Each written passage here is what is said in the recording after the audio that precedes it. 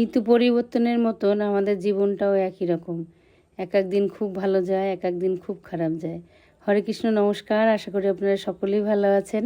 আমার একটা ছোট্ট ভিডিওতে আপনাদের সকলকে স্বাগত। আজকের ভিডিওটা একটু বড় হবে, কেননা আজকের অনুষ্ঠানটা এত সুন্দর হয়েছে, আপনাদের না দেখিয়ে থাকতে পারলাম না। তাই আপনারা একটু ধৈর্য ধরে আমার এই ভিডিওটা একটু দেখবেন, খুব ভালো লাগবে। তাও অনেক বাদ দিতে হয়েছে, কেননা এত বড় ভিডিও হয়ে যাচ্ছে, প্রায় 1 ঘন্টার ভিডিও। সেটা কি আর আমি 5 মিনিটে দেখাতে পারি? অসাধারণ প্রোগ্রাম হয়েছে, খুব সুন্দর।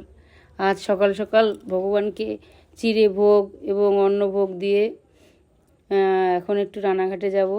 রানাঘাটে বৈষ্ণব সেবা আছে, আর বৈষ্ণব সেবা চিরাতধি অনুষ্ঠান এক ভক্তের বাড়িতে, রাজু প্রভুর বাড়িতে।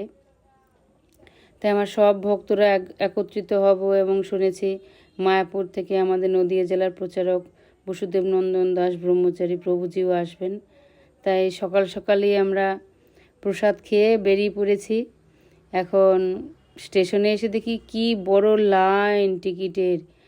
ওখানে টিকিটে দাঁড়িয়েছি, তারপরে অনেকক্ষণ পরে দেখছি মাতাজিও চলে এসছে। আমরা সব বৈষ্ণব সবাই যাচ্ছি। এই যে সব মাতাজিরা, এই যে প্রভু যাচ্ছে। কথা বলতে বলতে আমাদের ট্রেনও চলে এসছে। ট্রেনে উঠে একদম ট্রেনটা ফাঁকা ছিল, বেশি একটা ভিড় ছিল না। তারপর ট্রেনে উঠে আমরা রানাঘাটে নেমেছি। রানাঘাটে নেমে এক্সিলেটারে উঠেছি। আর আমার এই এক্সিলেটার বিভীষিকা। একসময় খুব ভয় পেতাম, এখন আর ভয় লাগে না। একসময় যখন প্রথম উঠেছিলাম আমি কলকাতায়, তখন খুব ভয় করছিল। তো এক্সিলেটারে উঠে ওই পারে যাব, তখন আমাদের ভুল ঠিকানায় চলে এসেছি। তা আবার এক্সিলেটার করে আবার নিচে নেমেছি।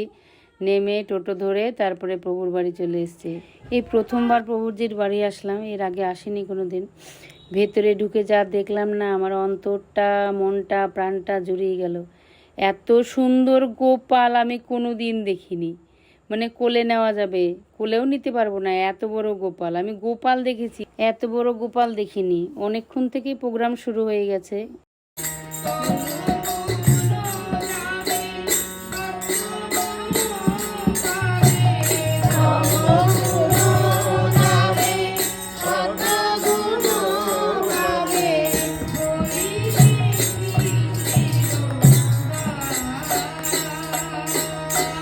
নৌকা নিয়ে উপস্থিত, তখন অদ্বৈত আচার্য প্রভুকে দেখে মহাপ্রভু বলছেন, আরে অদ্বৈত, তুমি কি খাবে, বৃন্দাবনে কি করছো?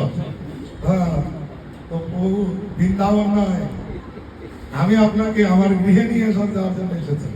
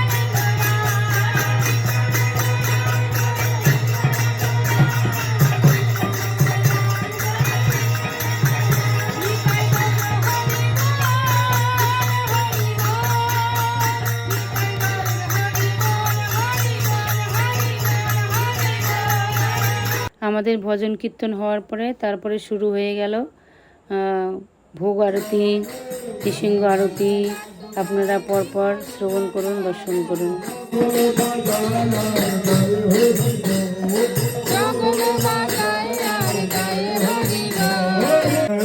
কৃষ্ণ সুভাষিত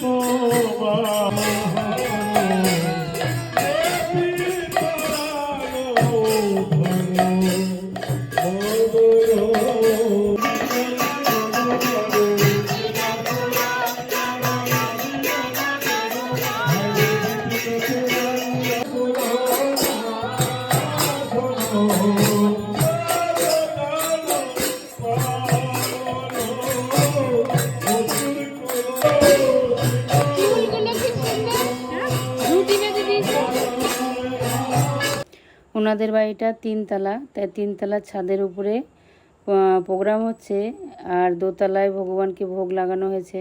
তাই আমি ভোগ লাগানো হয়ে গেছে, তাই আমরা ভোগ দর্শন করতে এসেছি। আর ভোগ দর্শন করে তারপরে এরপরে হবে আরতি কীর্তন।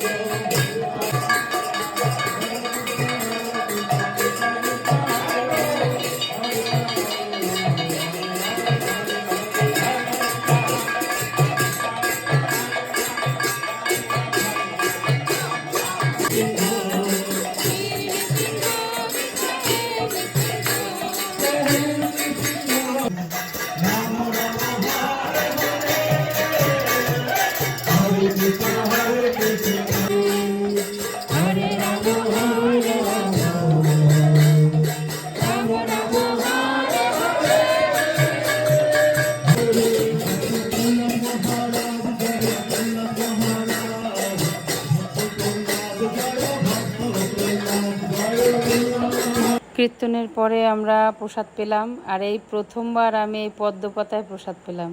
আর পদ্মপাতাটা দেখে এত ভালো লাগছিল, বাচ্চাদের মতন জল নিয়ে খেলা করছিলাম। মানে কোনো দিন দেখিনি, মানে চোখে দেখেছি কিন্তু পদ্মপাতায় প্রসাদ পাইনি কোনো দিন।